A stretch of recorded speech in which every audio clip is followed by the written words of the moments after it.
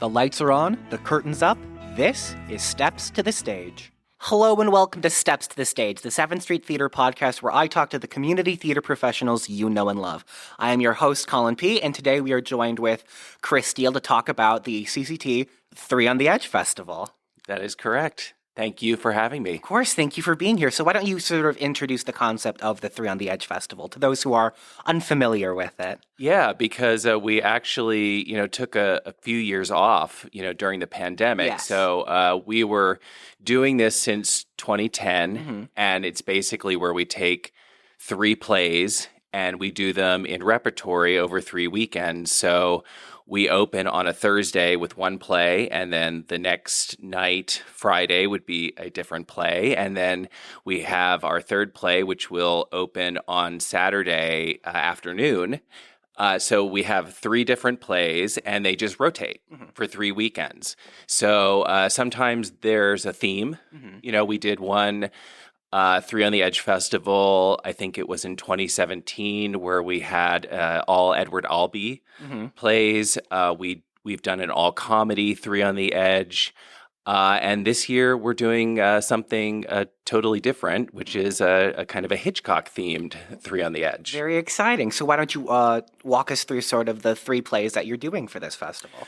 Well, let me first talk about just kind of how I got the idea for it, because last year we did a show called Misery, Stephen King's Misery, and that went really well, and we got a lot of people that hadn't really come to the 3 on the Edge before.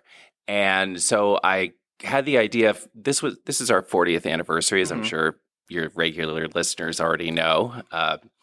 And so I thought, what could we do for our 40th anniversary that's special, and also maybe bring some people in to the festival that, have come here before, maybe have bought a season ticket, maybe have bought a season ticket many years, but they opt out of the festival because we allow people to do that. They can just get our main stage shows. Okay.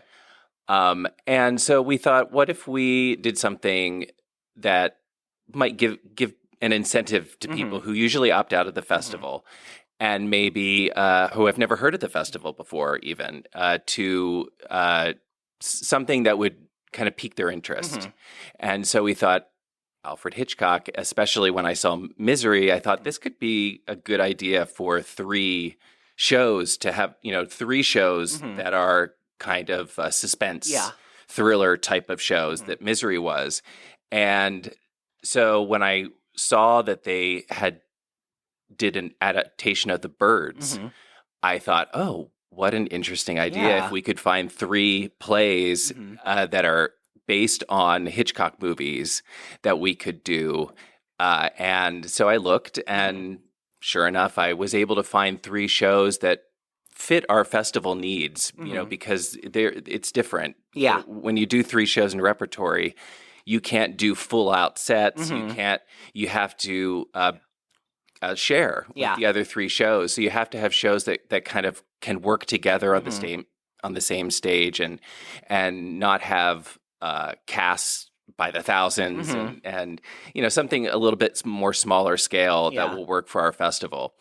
And so I think we found 3 perfect shows for our Hitchcock Festival. Yeah, I didn't even realize that there were plays based off of the Hitchcock movies, so that's really interesting to me. Right. Well, it's actually, I shouldn't say they're all based on Hitchcock movies, because some of them are, and one of them actually, Hitchcock based his movie off the play. Okay. So we have, I may as well, I'll go back to your original question, which is tell me about the plays.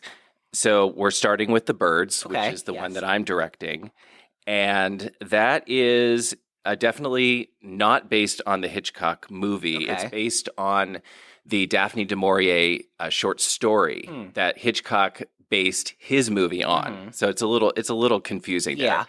But he took Daphne du Maurier's story of the birds, and he kind of created his own thing for it when he decided to make it into a movie. So he took a lot of the elements from the short story, but he kind of created his own story that kind of fit his thing, you know?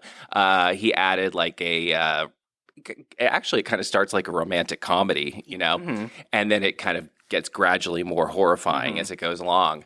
But The Birds, the play is more modern. It's it was I believe written in the early 2000s. Okay. So it goes back more to the original source material, but so much of it there is a lot of what's in the movie as well, because the birds are a big part of both things. It's called The Birds, so that's not a surprise. But The Birds is basically three people that are trapped in a home. Yes. And while the birds are attacking inexplicably, just like the movie, it's never really explained. So it really is more of a character study. Okay. But it's also full of suspense, and you really have no idea where it's going to go.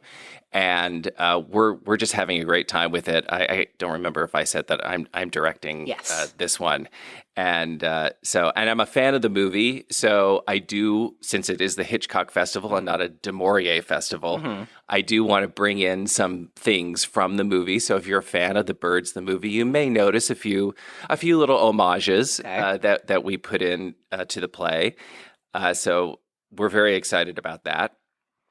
And then the next one is Dial M for Murder, which I think probably is, well, I don't know if it's the most famous, but it's been around for a while. It's pretty popular in community theater. It has a small cast, and it's a really tight, good murder mystery. And Hitchcock took this. It was from, I believe, 1952, 1953 that it came out. It's by Frederick Knott, and it's really it's just kind of a classic stage thriller, where a husband is trying to murder his wife, and he plots this elaborate plan. And of course, it doesn't necessarily go the way you think it's going to go. And so it's a great, really twisty, stage thriller that Hitchcock took, and he filmed it and basically did nothing to it. It's extremely close to the stage version. In fact, the script may be word for word. I haven't gone through it, but having directed it years ago, the last time I watched it, it's remarkably close. So it is. So people coming to see that is going to be the one that's very close to the Hitchcock movie. And then we have the 39 Steps, which is the last one. Which is the 39 Steps is probably his. Of the three, it's probably his least well-known. It's his oldest of the three. It's black and white. It's one of his first big hits. It kind of put him on the map, actually, when he was making movies in Britain. And this kind of brought his attention to Hollywood, and brought him to Hollywood a few years later. But the 39 Steps is, it's thought to be kind of a prototype, if you've heard of North by Northwest, which is about a man who gets caught up in this big conspiracy, and it's like a chase across the United States. And the 39 Steps is very much like that. It's kind of an early version of North by Northwest, and it's a lot of fun. It's one of his oldest big movies, that people know him for. And the fun thing about the 39 Steps is that it's totally different from The Birds and Dial M for Murder, in that it's really played for laughs. So they play it straight. Yeah. They do the plot as it is, but it's done with just a few people playing all the characters. Oh, okay. So you have people just really, really fast, going from one character to another, and it's so much fun. It's so much fun to watch, and it tells the story. It's fun. It's exciting, but it's also really, really funny. So it gives us the humor that Hitchcock is also known for. Besides being the master of suspense, he's also known for his humor. So this really brings the humor to our festival. So we have kind of a really claustrophobic, tense thriller to start off with The Birds. And then we kind of go into kind of classic mode with Dial M for Murder, which is kind of classy and twisty. And then we end with a wild chase Yeah. with the 39 Steps, which is just fun and funny. So it kind of has something for everyone. Yeah. And even if you don't know anything about Hitchcock, I think you're going to have really a lot of fun with these 3 shows. Yeah, I mean, they sound all fantastic. So Yeah, again, and I should also say the Dial M for Murder is directed by Ken Lay. yes. Who has directed before here, especially for 3 on the Edge. He's done some things for us. Bash Yes. is one thing he did here. And Cameron Harris, who has done a lot for us here recently, especially just Elf, the musical. Yes. So this is going to be very different from Elf, much more scaled down. So we have I think, 2 other great directors who are veterans of our theater. So I'm really excited. We're already working together and very excited about this project. Yeah, I mean, again, they sound all fantastic. Now, I understand you have things to say about the season pass that you are offering. Yeah. Well, every year we do a festival pass. Yes. So you get, if you come to all 3 shows and you can buy a festival pass, and it will give you a little discount. Okay, cool. So if you buy a ticket for each show individually, you'll pay $18 a ticket. But if you buy a festival pass, I believe it's only $16 a ticket. So you get like $2 off for a festival pass. But we have a little extra incentive because we're really trying to get people to try out the festival this year. So if you get a festival pass, you will be eligible to win a season ticket for next season for CCT. And if you have a season ticket already, we'll renew it for free. Oh, cool. So yeah, there's really it's a great incentive to get a festival pass this year because not only do you save on each ticket, but you have a really good chance. This is not like 1 out of a million, It's not like getting a lottery ticket. We don't have that many people buying festival passes here. So you have a really good chance of winning a season ticket. And we're even doing a second prize of a festival pass for next year's 3 on the Edge. So you have 2 chances to win 2 really great prizes just by getting a festival pass. And I will say, if you are a Hitchcock fan, you have maybe a little bit of a leg up because you'll get a little trivia questionnaire with easy questions. So the winner of the season ticket will be the one who gets the most right for the Hitchcock trivia. But anybody, no matter if you know anything about Hitchcock, you can definitely win that festival pass for sure. Yeah, that sounds really fun. Yeah. I hope so. I hope people take us up on it. Yeah, I really recommend the 3 on the Edge Festival. It's just a really fun little thing. And again, it's rotating reps, so it's the same cast for all 3 shows, right? No, it actually isn't, because there would just be no way for us to do that with the rehearsals, because we're often rehearsing at the same time. Yes. So we actually have 3 different casts. We have one person who's in more than one show. Okay.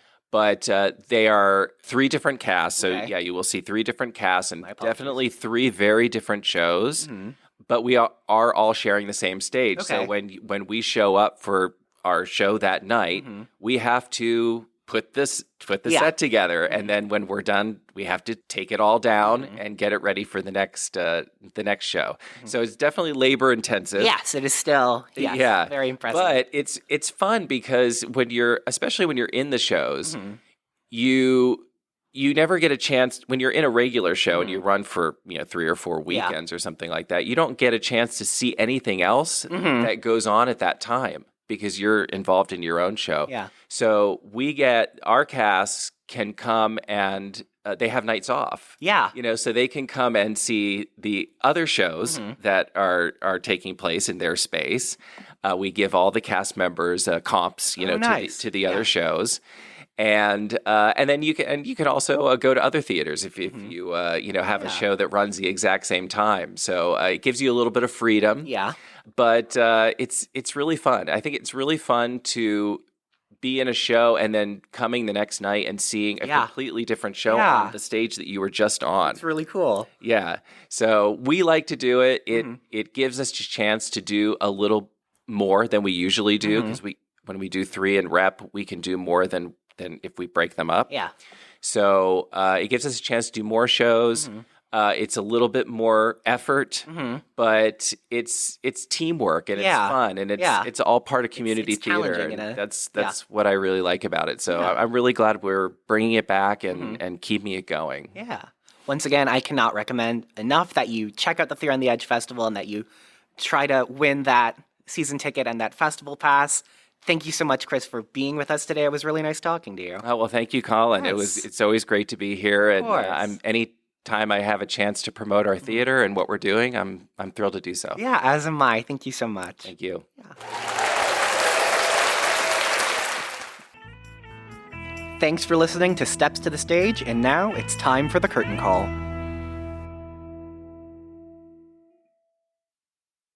You can follow us on Spotify, Apple, Google, or any podcasting platform. We have videos up on YouTube, and you can visit our website at stepstothestage.buzzsprout.com. And as always, a special thank you to our audio engineer, Joey Rice, and our producer, Kirk Lane. Without the two of you, this show would not be possible.